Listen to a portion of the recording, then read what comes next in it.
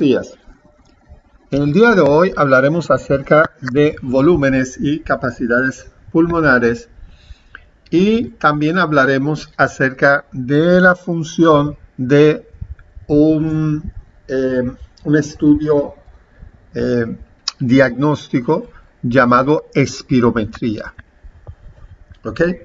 Vamos a comenzar a explicar algunos puntos importantes para poder entender volúmenes y capacidades pulmonares.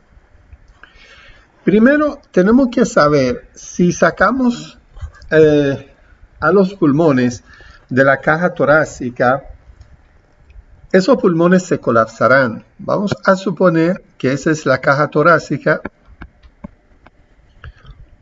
Aquí la parte frontal, tengo el esternón y la parte posterior a la columna vertebral y suponemos que esas son las costillas. Entonces los pulmones están a nivel de la caja torácica. Suponer que esos son los dos pulmones. Si sacamos esos dos pulmones que están unidos con la caja torácica por la pleura, eso lo mencionamos, eso es la pleura con sus dos capas que está unido a la caja torácica. Si sacamos los pulmones hacia afuera, si sacamos esos pulmones hacia afuera, ¿qué vamos a ver? Vamos a observar que se colapsan. Vamos a suponer que ese es el pulmón y si lo sacamos de la caja torácica, por la elasticidad que tiene el pulmón, se va a colapsar. Entonces, los pulmones cuando están dentro de la caja torácica están en una expansión porque están unidos a la caja torácica. Ahora, ¿qué ocurre para la caja torácica cuando sacamos los pulmones? La caja torácica se va a expandir. Vamos a suponer que ese es antes de sacar los pulmones. Y eso es después de sacar los pulmones.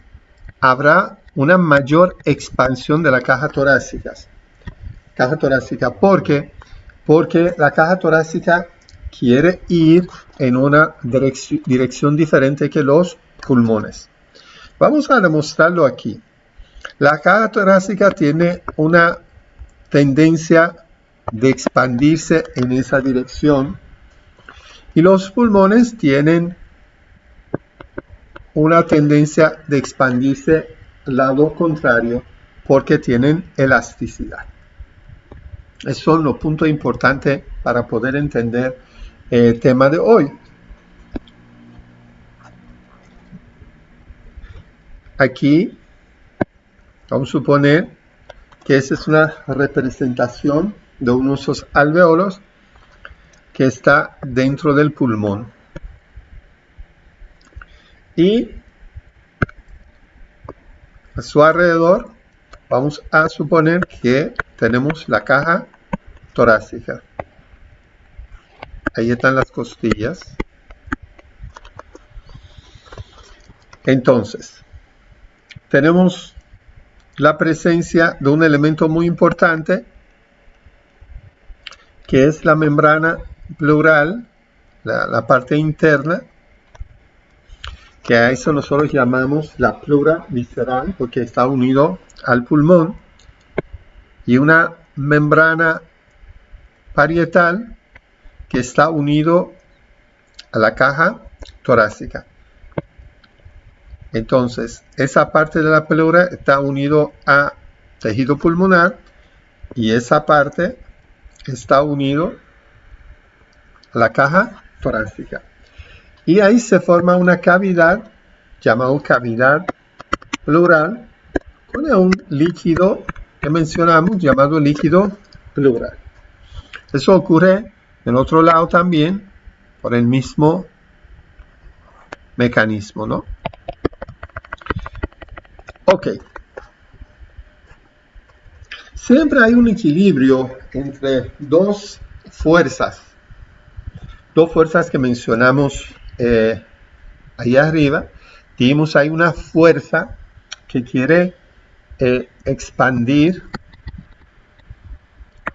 a la caja torácica hacia afuera y una fuerza de elasticidad que quiere colapsar a los pulmones. Cuando hay un equilibrio entre esos dos elementos, esas dos fuerzas, nosotros podemos decir que hay un equilibrio en el sistema respiratorio. En ese momento, cuando hay un equilibrio entre esas fuerzas, no entra ni sale aire dentro de los pulmones. Ahí no entra ni sale aire. O sea, no hay ningún esfuerzo mecánico y estamos en reposo sin respiración. Este es un punto importante en cuanto al concepto de capacidad y volúmenes respiratorios. Ahora bien, durante la inspiración, el músculo que participa en provocar una presión negativa para que el aire pueda entrar, ese músculo se llama diafragma, que mencionamos en los videos anteriores. Entonces, durante la inspiración se contrae el diafragma. Vamos a suponer que ahí tenemos los pulmones. Ahí tenemos a los pulmones.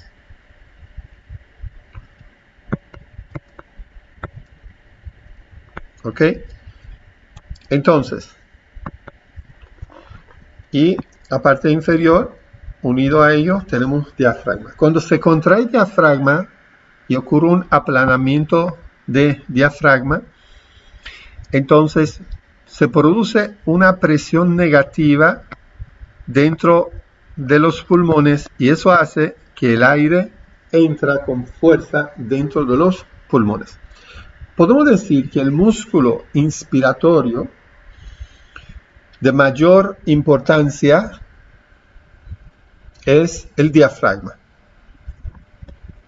¿Ok? De esa manera el aire entra en los pulmones. Ahora vamos a hablar sobre volúmenes. Para eso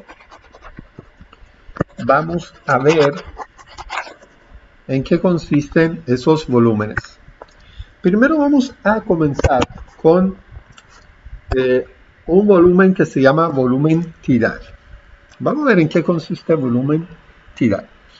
A partir de ahora voy a demostrar en una gráfica el pulmón de esa manera. ¿Ok? Vamos a ver. Ok. Aquí tenemos la cantidad de aire que está en los pulmones cuando no estamos tomando aire, o sea, no estamos en inspiración ni expiración, cuando estamos inquietos, no estamos haciendo ninguna actividad respiratoria. Tenemos una cantidad de aire dentro de los pulmones. Ahora, cuando hacemos una respiración tranquila, metemos el aire dentro, provocamos una contracción de diafragma, entra una cantidad X de aire dentro de los pulmones. A ese aire que entra en los pulmones en una respiración tranquila, nosotros llamamos volumen tidal. Entonces, vamos a explicar eso otra vez. Cuando no estamos haciendo ningún esfuerzo respiratorio, ¿ok? Hay una cantidad de aire dentro de los pulmones que no entra ni sale.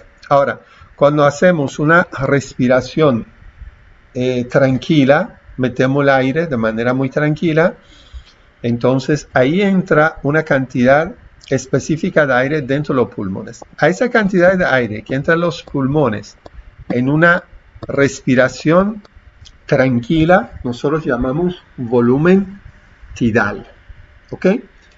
En la gráfica yo puedo demostrar ese volumen. Ese es el proceso respiratorio, miren.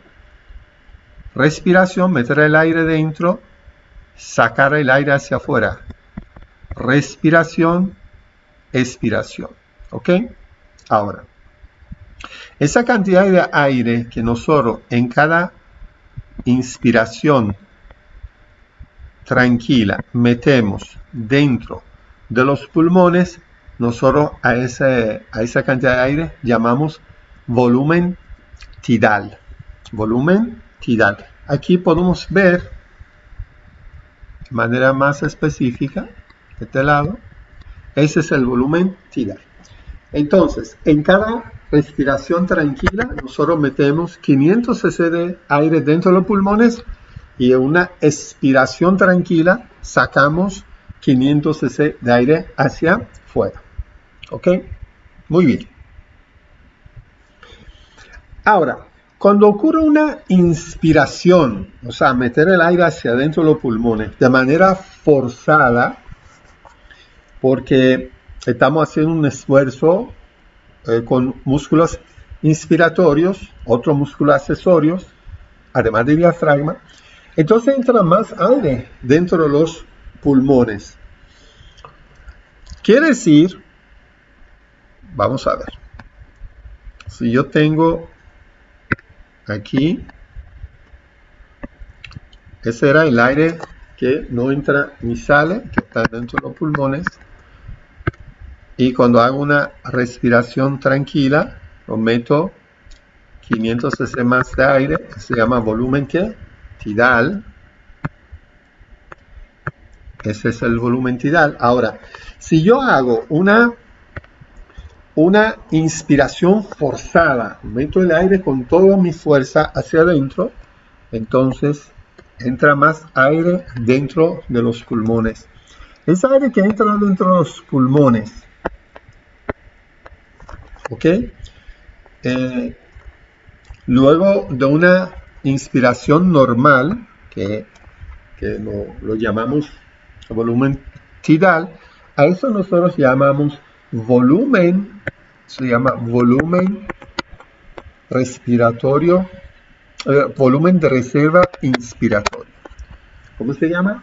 Volumen de reserva inspiratorio. Entonces, vamos a demostrar aquí en la gráfica de nosotros cómo podemos demostrar eso.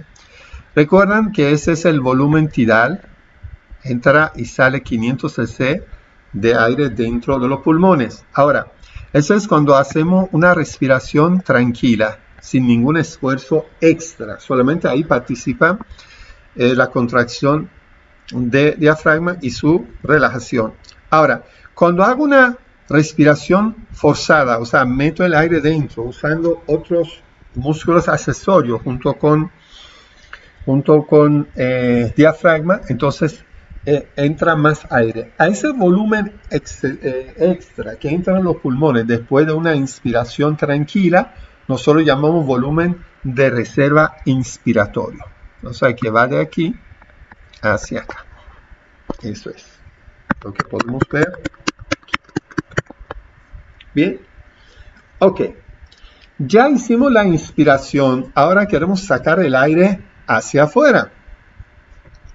Vamos a ver.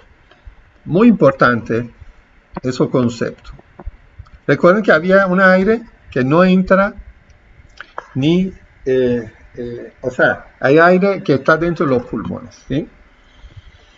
Pero, ojo, ese aire que está dentro de los pulmones, hay una parte de ese aire que no sale nunca de los pulmones, aún nosotros haciendo expiración forzada. A ese aire nosotros llamamos volumen residual. ¿Qué es el volumen residual? El volumen residual es el volumen de aire que no lo podemos modificar con la inspiración y la expiración. Siempre se queda en los pulmones. ¿Ok? Ese es el volumen residual. Ese volumen nunca es cambiable, siempre está en los pulmones y gracias a ese volumen de aire que se queda atrapado en los pulmones, no habrá colapso pulmonar. Pero hay un volumen que si nosotros hacemos una expiración forzada, o sea, tratamos de sacar todo el aire que tenemos en los pulmones, entonces podemos sacar esa cantidad de aire después de una expiración tranquila. Vamos a ver. Vamos a suponer que ese es volumen tidal. Correcto. Es el volumen tidal, que era 500 cc, que entraba y salía sin hacer ningún esfuerzo extra. Ahora, si trato de sacar el aire después que hago una expiración normal, o sea, comienzo a sacar el aire pero de manera tranquila, sin ningún esfuerzo, entonces llego a ese punto. Ahora comienzo a sacar más aire hacia afuera. Lo más que yo puedo sacar es esa cantidad de aire. A esa cantidad de aire que yo lo puedo sacar con una expiración forzada se llama volumen de reserva expiratorio. ¿Cuál es el aire que no lo puedo sacar aún con mucho esfuerzo que hago? Se llama volumen residual. Entonces, vamos a ver en la gráfica dónde está el volumen de reserva expiratorio. Aquí podemos ver volumen de reserva expiratorio. ¿Recuerdan? Entrada y salida de aire, volumen tidal, 500 cc. ¿Ok? Pero el aire que yo puedo sacar, vamos a enseñarlo aquí, que es más fácil. Mira, ese es el aire que yo puedo sacar con mucho esfuerzo hacia afuera, que se llama volumen ¿qué? Volumen de reserva expiratoria, pero no puedo sacar ese aire, que es esta, ¿no? Que es el volumen residual. Bien. Volviendo ahí arriba, para que me puedan entender. Esa parte que mencioné ahorita, entonces se divide en dos, ¿no? Esa parte que mencionamos, ahora ya saben que tiene dos partes. Uno se llama volumen residual y esa parte que lo puedo sacar se llama ¿qué? Volumen de reserva expiratorio. Ahora ya lo podemos dividirlo en dos. Perfecto. Ok. Eso, recuerden que estamos en la expiración. Hay un punto importante. ¿Por qué los pulmones no se colapsan totalmente? Porque la caja torácica no se cierra completamente y volumen de reserva es muy importante porque no permite el colapso de los alvéolos. Ese aire que se queda, aún haciendo todo el esfuerzo que nosotros podamos, no podemos sacarlo. Eso produce un efecto muy importante. Ese efecto es que los alvéolos, siempre dentro de los alvéolos, las vías aéreas, habrá algo de aire. Y ese aire impide el colapso de los alvéolos. Si de alguna manera sale ese aire, ¿qué va a pasar con los alvéolos? Todo se colapsa. Y cuando se colapsan esos alvéolos, expandirlo otra vez es muy difícil.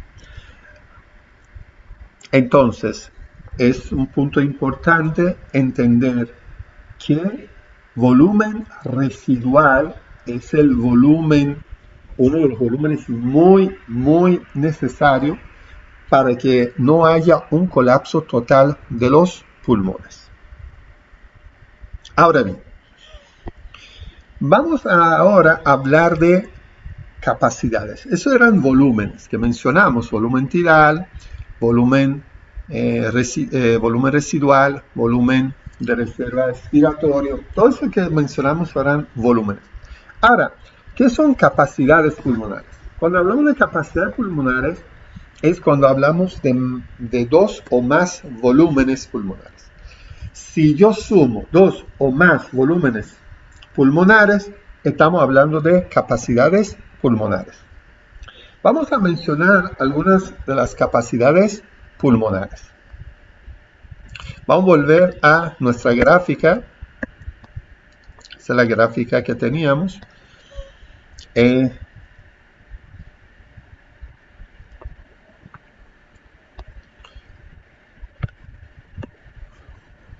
¿Ok? Recuerden que eso era volumen residual. Ese era volumen de reserva expiratoria. Y eso era el volumen tidal. ¿Ok? El volumen tidal. Ahora, aquí tenemos tres volúmenes. Si yo sumo volumen de reserva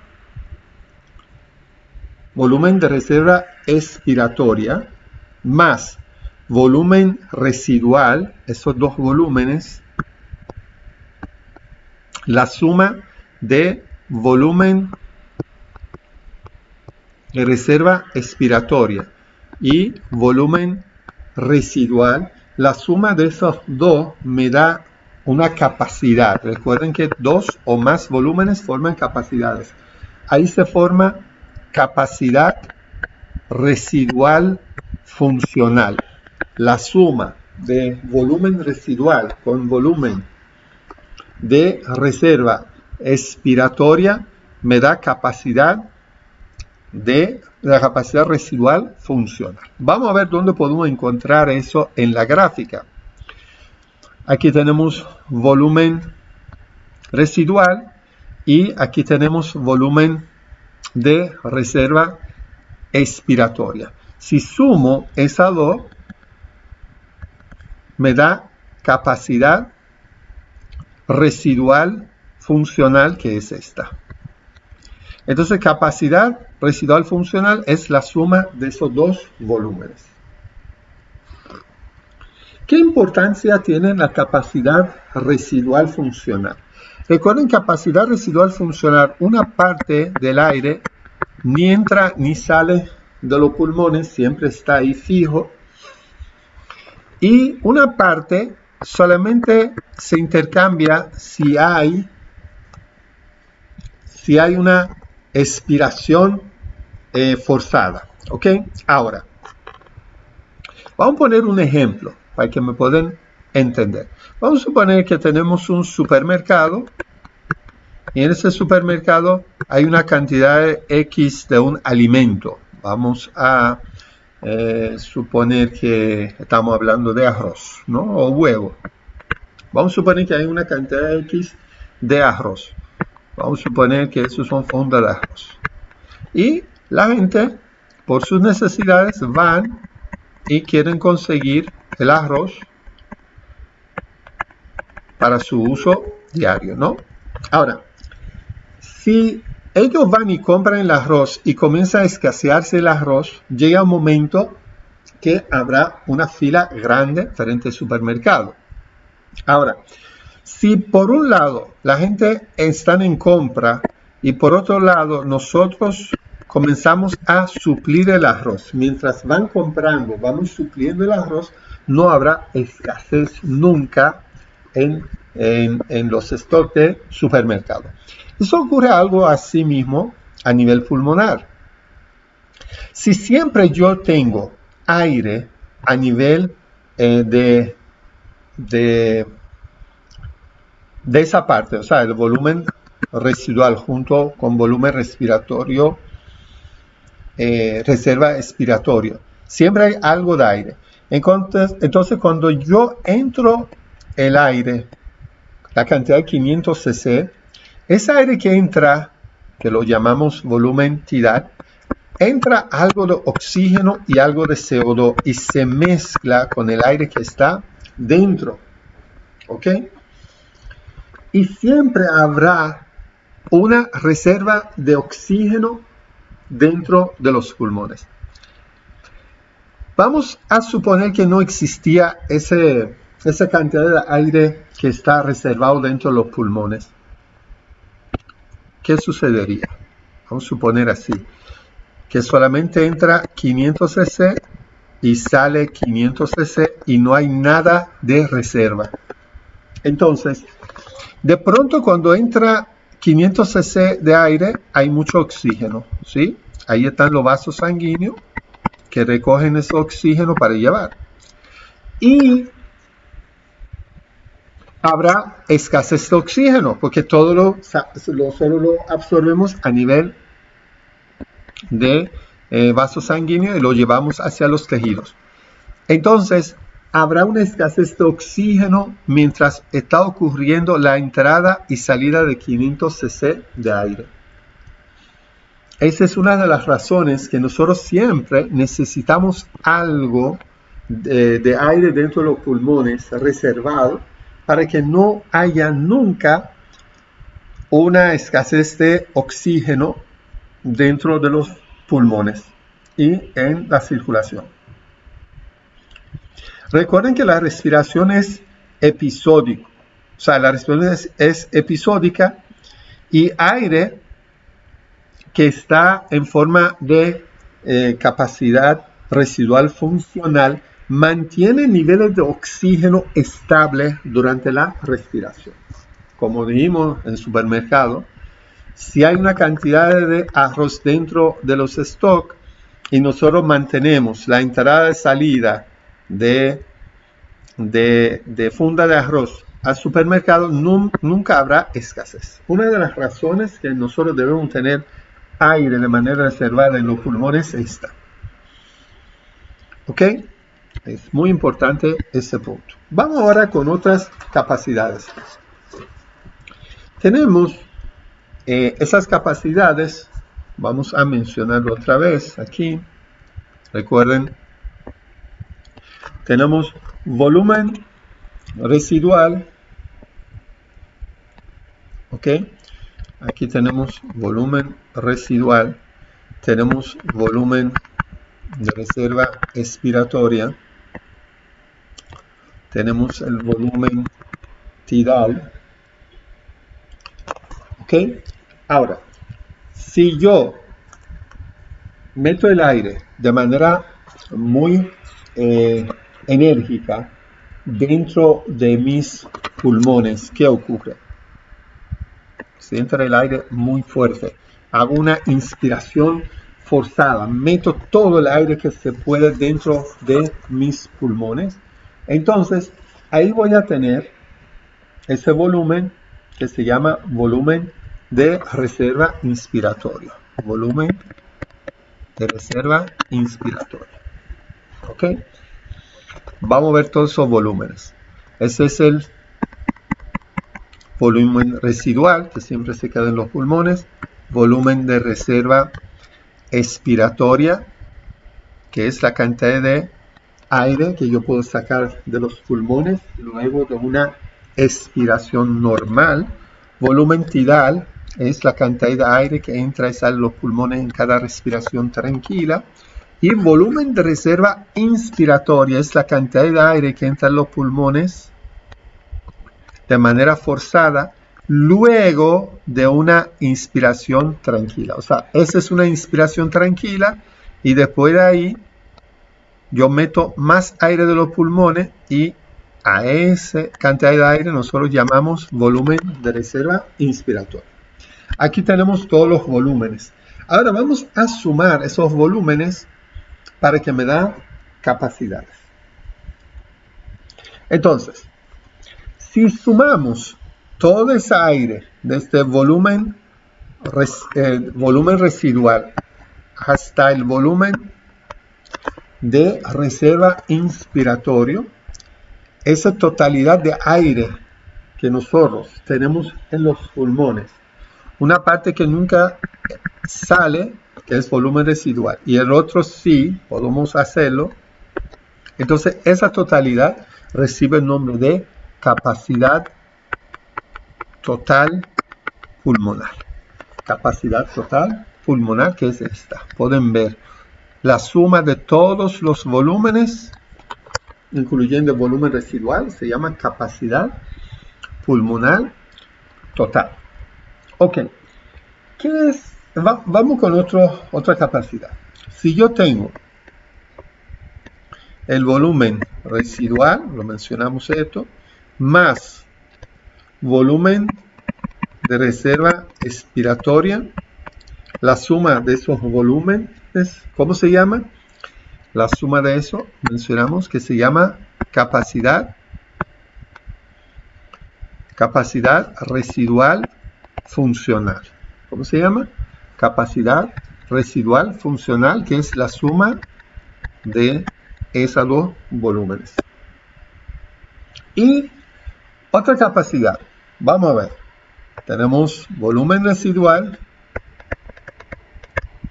tenemos volumen de reserva expiratoria,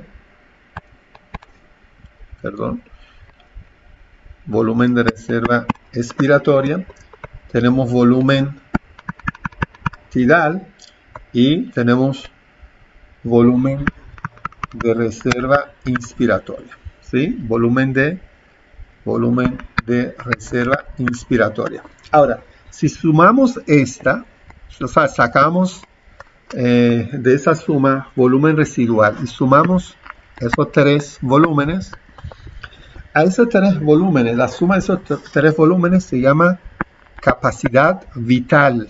¿Cómo se llama? Capacidad vital pulmonar. Que aquí podemos ver en la gráfica, la capacidad vital pulmonar es la suma de todos esos volúmenes, menos ¿quién? Menos volumen residual. Es una capacidad de los pulmones de entrar y sacar el aire a los pulmones.